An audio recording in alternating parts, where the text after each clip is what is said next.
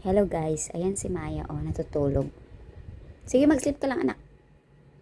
Alam niyo ba guys, si Maya, hindi siya nakapag-ihi kahapon ng hapon at gabi kasi tuloy-tuloy ang ulan.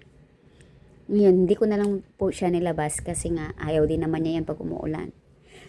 Ginising niya po ako ng 1:30 ng madaling araw.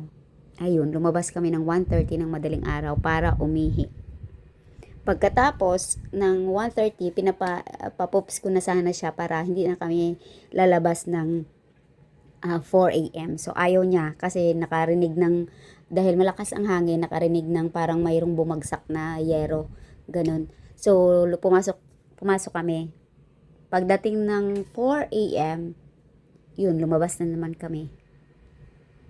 Tapos nung lumabas kami, nag-ihi siya. Nakarinig na naman siya ng putok. Ayun. Ayaw ng tumakbo na dahil open lang ang gate namin. Tumakbo. Papunta sa second floor. Ang ginawa ko, hinintay ko siya sa labas. Hindi ako pumasok. So, nagtaasan kaming dalawa ng pride kung bababa ba siya ang bababa or ako ang aakyat para pumasok. Hinintay ko siya sa labas. Ang tagal ko hinintay. Tapos hinintay niya rin ako sa hagdanan. So, ang ending, ako ang sumuko. Pumunta ako sa taas at binuhat ko siya ulit doon sa labas. Sinara ko yung gate para hindi siya makapasok. So, ayun, nagpoops naman na uto-uto ko, nagpoops na. Ayun, nakapasok kami. Kaya ayan, puyat na puyat. Pati si mama puyat.